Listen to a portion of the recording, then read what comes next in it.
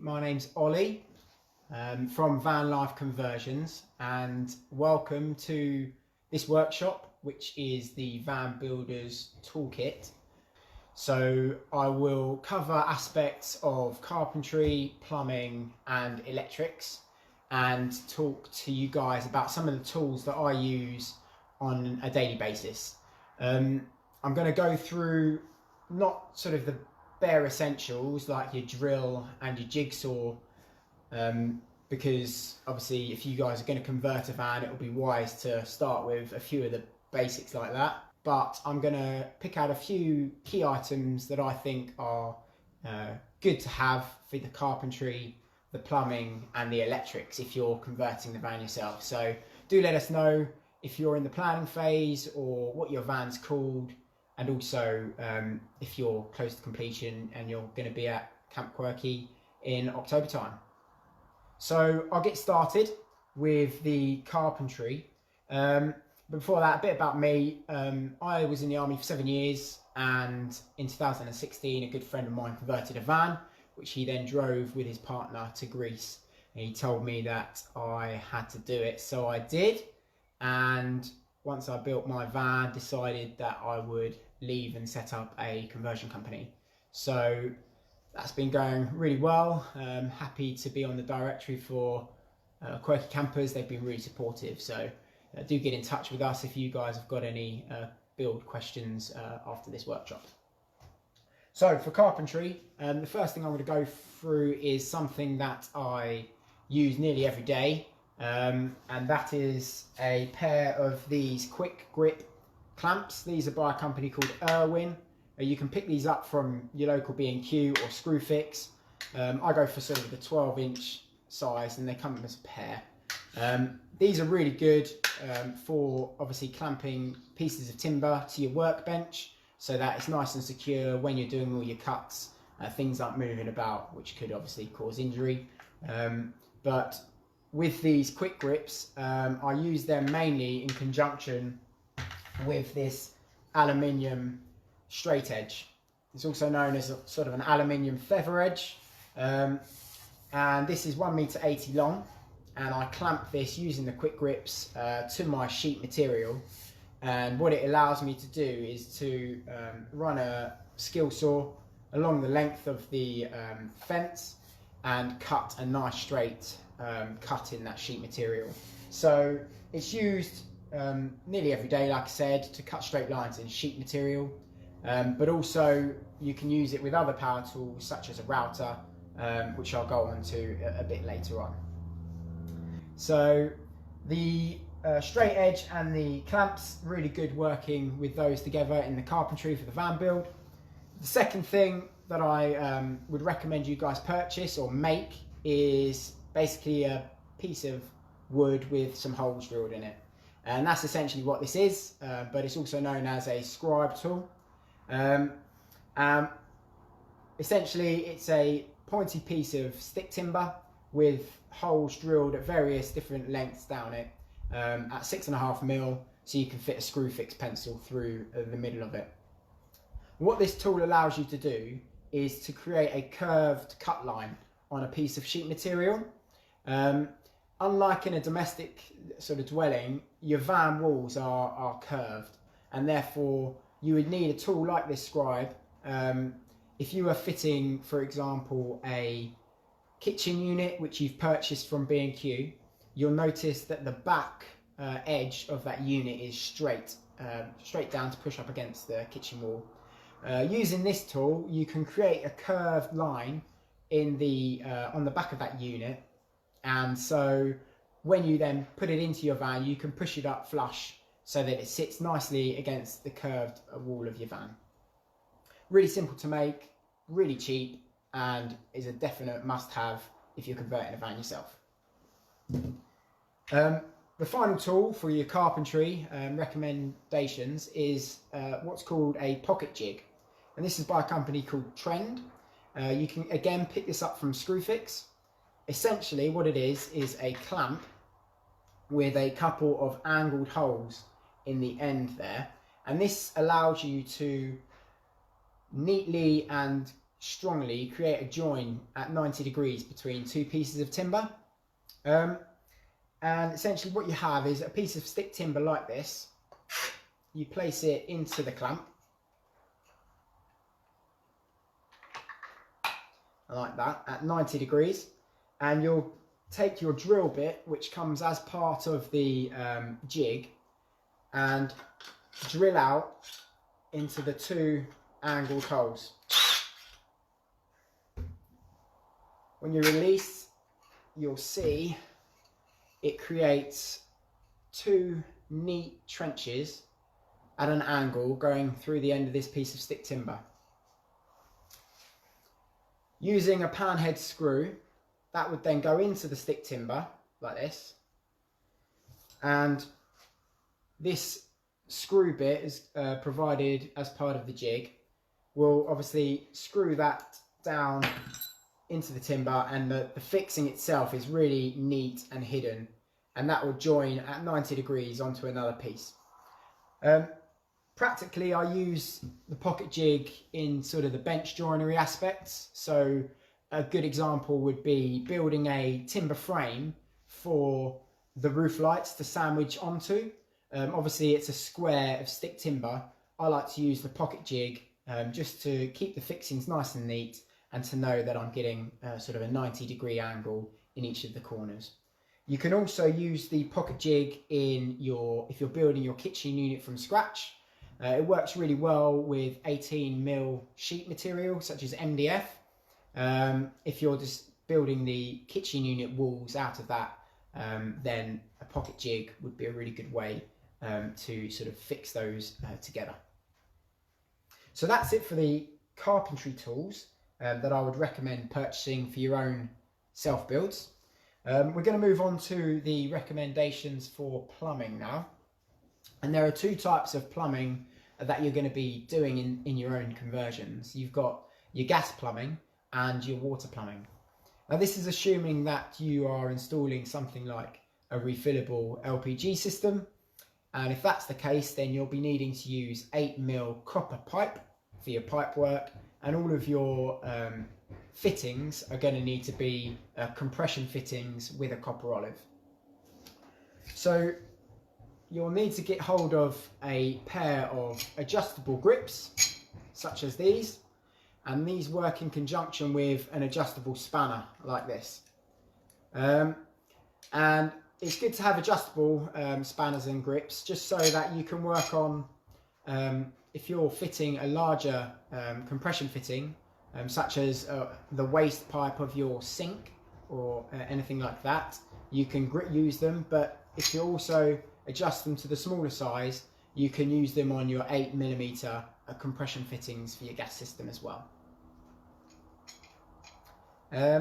So the way they work is the grips will obviously hold the fitting secure, and you'd use the adjustable spanner to tighten the nut, which will then tighten the compression olive onto the pipe, forming a gas tight seal. So these are a really good purchase, and you'll need to have them if you're going to be doing your plumbing in your van. Other things that I think you need if you are going to be doing the plumbing is some way to cut the pipe that you're going to be using.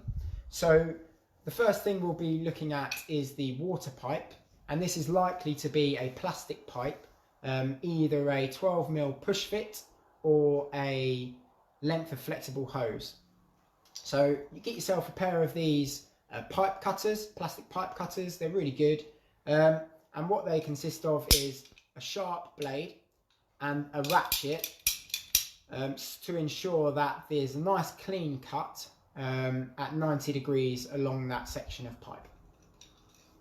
What I've got here is a small length of 12mm push fit pipe, and you just close the ratchet and the blade onto this pipe to make the cut. Like that.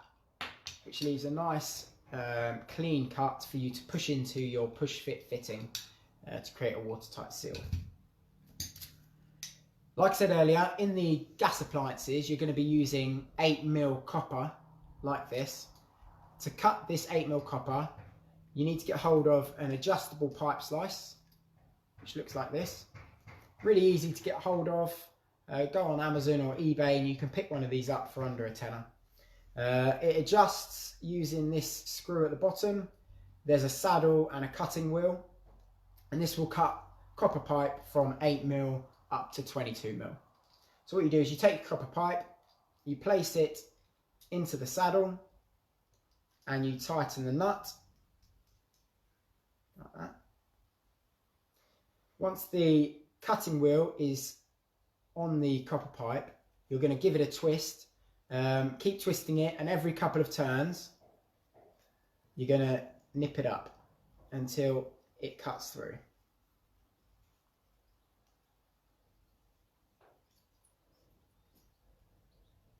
Like that. I've just loosened it. There we go. And that will cut the copper pipe ready to go into the compression fitting. So that's it for the plumbing tools that I would recommend you guys get. I'm now going to talk about a few of the tools I use in the 12-volt electrics. So the first thing I'm going to suggest you guys consider buying is a dedicated set of cable strippers.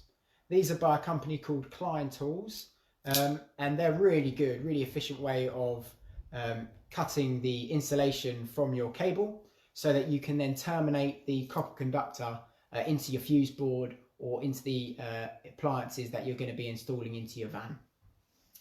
This set incorporates a cable cutter as well, which is quite handy. So you can obviously cut the cable to size using these, and then you can place the cable into the cutter.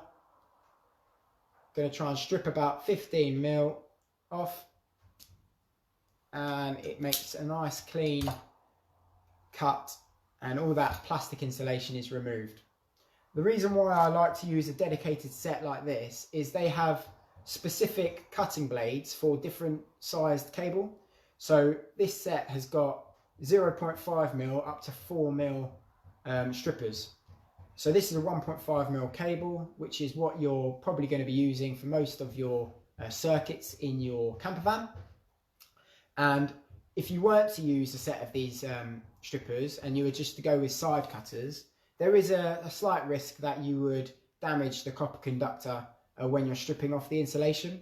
Because it's a stranded core, if you apply too much pressure, a few of those strands may break off, which just affects the current carrying capacity of that piece of cable. So really good way of maintaining the integrity of the conductor is by getting those cable strippers.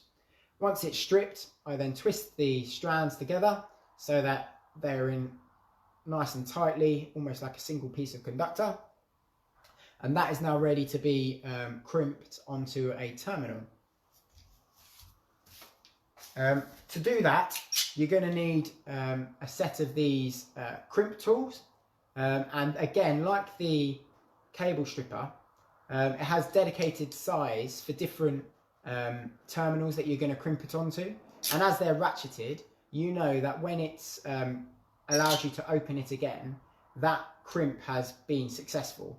Essentially, you're going to be crushing the terminal onto the copper conductor to create a cold weld. So I'll just grab a ring terminal now.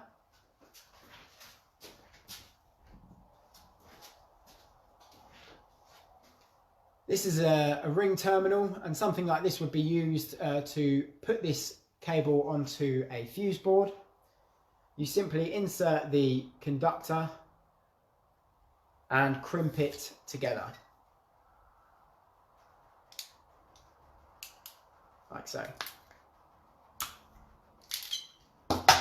That's now crimped, so there's a cold weld between the cable and the ring terminal. Give it a tug, there should be no wiggles, and that lets you know that it's nice and securely made. The final piece of electrical equipment I'm going to talk you through, if you're building your own van, is a multimeter. This is what it looks like. It comes with obviously the body and a couple of probes, a positive and a negative probe. Really good piece of kit. you're going to be using it mainly for its voltage meter ability, and you'd use it to test the voltage of your leisure battery. So you'd switch it on. You can put the positive probe on the positive terminal of your battery, the negative probe on the negative terminal of your battery, and you should get a reading of 12.9 volts if you've got a full lead acid leisure battery. You can see on the front there's this dial, and it obviously has a load of different functions that you can use it for, but like I said, it's mainly going to be used for the voltage meter. And what you would do is you'd turn it down to the direct current voltmeter setting and the number 20. If you're using a 12 volt system in your camper van, then you won't expect any voltages higher than 20 volts. And so it will read, if you put it on your leisure battery, 12.9 volts. If your leisure battery is low in terms of its capacity, then it would read maybe 12.1 volts. So it's a really good tool to have. This is also a really good tool to have in terms of fault finding. So if you're doing your own camper van electrics and, for example, your lighting circuit isn't working, you need to use a voltmeter to sort of work out where there is a break in the circuit. So what I would recommend you do is you start close to the battery, put the negative probe on the earth and the positive probe on the circuit at different locations, and when it starts to read 0 volts, you know that it has a break in the connection at that point. The most common area where this would occur is at the fuse board, so it's normally wise to start there. 9 times out of 10, you go to the fuse board and check the blade fuse, and it might be that there's been a short, or the fuse itself isn't rated high enough to handle with the current in that circuit, and therefore it's blown. And you can simply replace that fuse for a new one, and your lighting circuit is working. So really good tool to have in your tool bag is a multimeter. Lots of different functions on it, but again, mainly used for the voltmeter. So in a minute, we're going to open the floor up to some questions. So if you've got any questions, just start putting them on the screen now, and I'll be happy to answer anything you guys have. If you are hoping to sort of expand your toolkit a bit further, if you're looking to spend a bit more money or have a slightly better finish, there are a couple of other items that I would recommend purchasing. The first one is a skill saw. Now, a skill saw is sort of the upgraded cutting tool from a jigsaw. A jigsaw will allow you to cut curved lines in your conversion on sheet material, but the skill saw is really good for making straight cuts, really clean, and when used with the clamps and the feather edge, aluminium straight edge, it's really a useful tool to have. I go for the Ryobi skill saw because my router's Ryobi, and the batteries, you can change them between different power tools.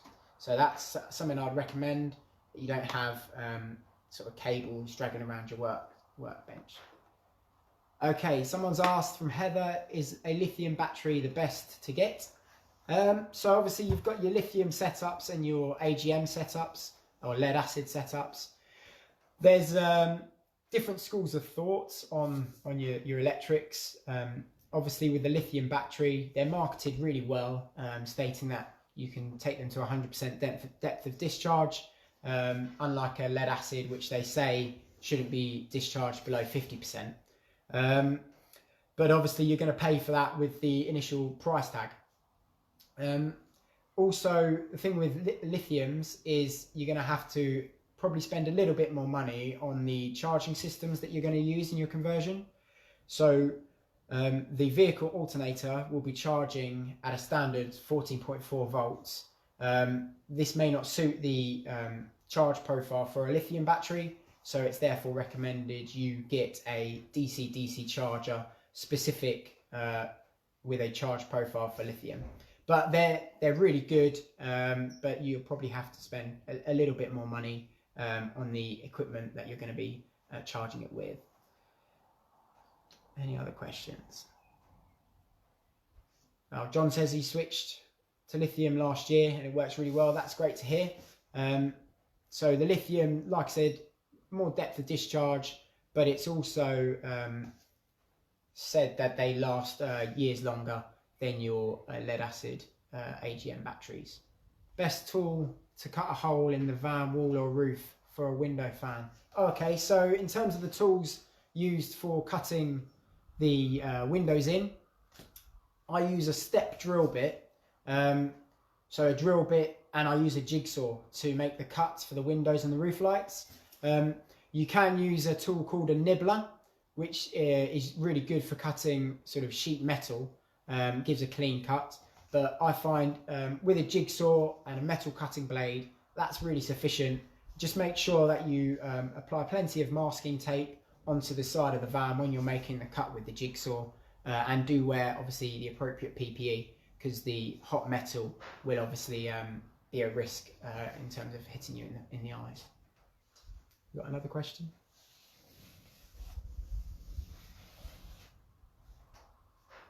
Oh, in terms of recommended smaller tools to keep in the van from Andrew.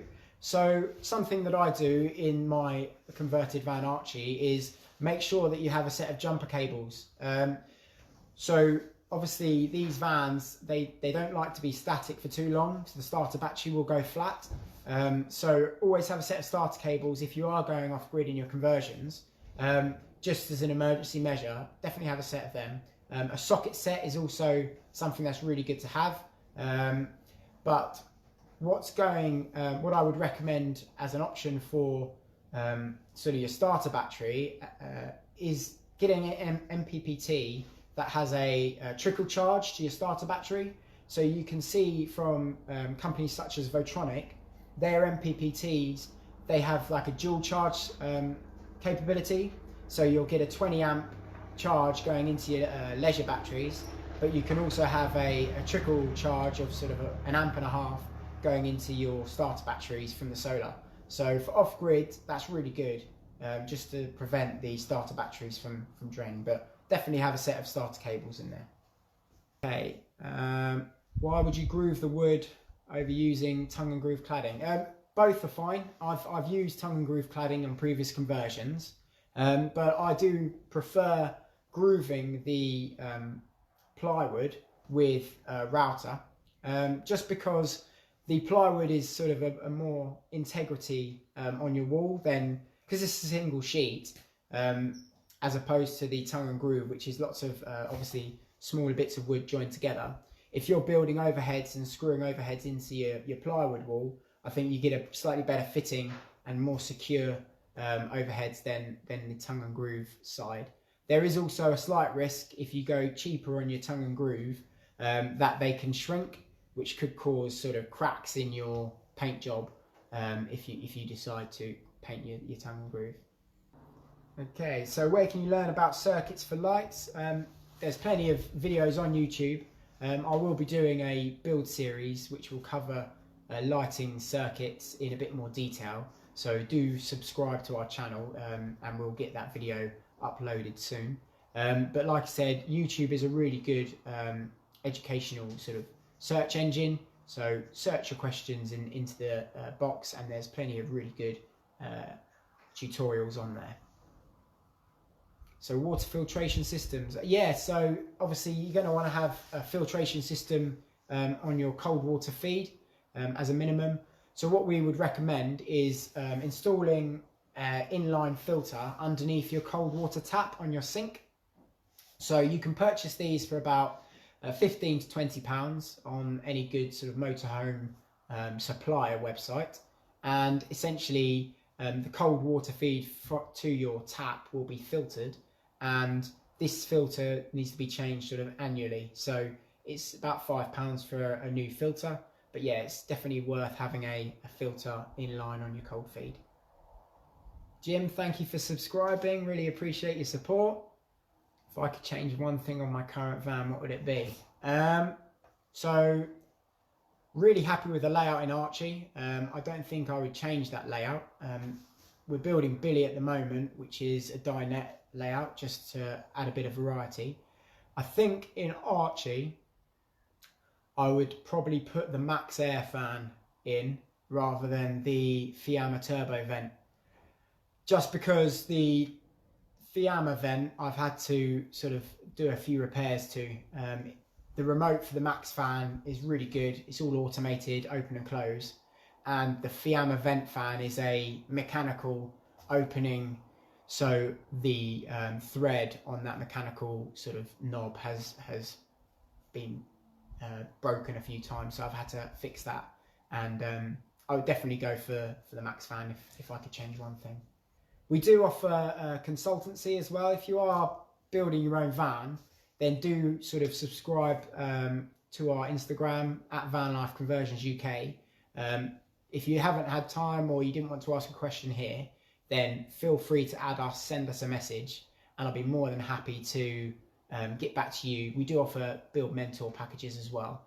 So if you are building a van, we're more than happy to sort of help advise and talk you through the different stages of your build. Really, thank you guys for joining me. I've been Ollie from Vanlife Conversions, and this was the workshop for Virtual Camp Quirky, a van builder's toolkit.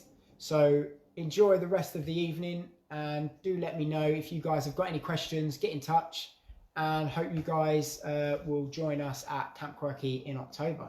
So I'll see you then. Bye.